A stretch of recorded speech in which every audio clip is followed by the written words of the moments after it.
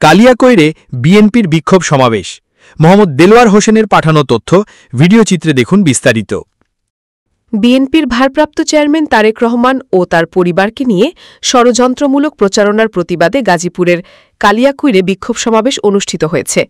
বুধবার বিকেলে উপজেলা ও পৌর বিএনপির আয়োজনে ফুলবাড়িয়া রোড থেকে একটি বিক্ষোভ মিছিল বের হয়ে ঢাকা-টাঙ্গাইল মহাসড়ক ঘুরে উপজেলা কার্যালয়ে শেষ হয়।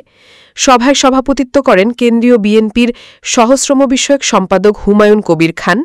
অনুষ্ঠান সঞ্চালনা করেন পৌর বিএনপির সাবেক সিনিয়র যুগ্ম সম্পাদক সাইজুদ্দিন আহমেদ। প্রধান অতিথি ছিলেন ঢাকা বিভাগীয় সাংগঠনিক সম্পাদক কাজী সাইয়াদুল আলম বাবুল। প্রধান বক্তা ছিলেন কেন্দ্রীয় বিএনপির নির্বাহী কমিটির সদস্য মজিবুর রহমান। বিশেষ অতিথি ছিলেন উপজেলা বিএনপির সাবেক সভাপতি ভিপি মোহাম্মদ হেলাল উদ্দিন।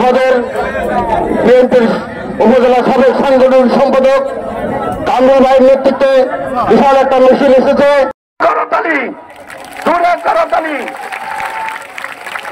আমাদের ভারপ্রাপ্ত চেয়ারম্যান জনাব তারেক রহমানকে করতালি। শ্রমিক দল, স্বেচ্ছাসেবক দল, মহিলা দল, আওয়ামী দূষরদেরকে নিয়ে যদি সখ্যতা করেন, আমরা ছবি আপনারা দেখেছেন, ওই প্রধান হত্যাকারী, প্রধান খুনি যেভাবে পাথর দিয়ে মারছে অনুষ্ঠিত হবে।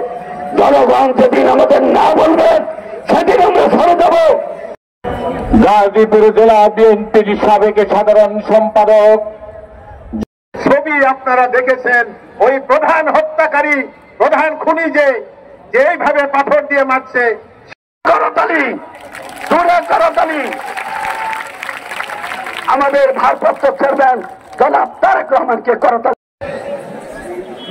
যদি এই দেশের মানুষের অধিকার আদায়ের সাবেক বিপি উপজেলা বিএনপির সাবেক সভাপতি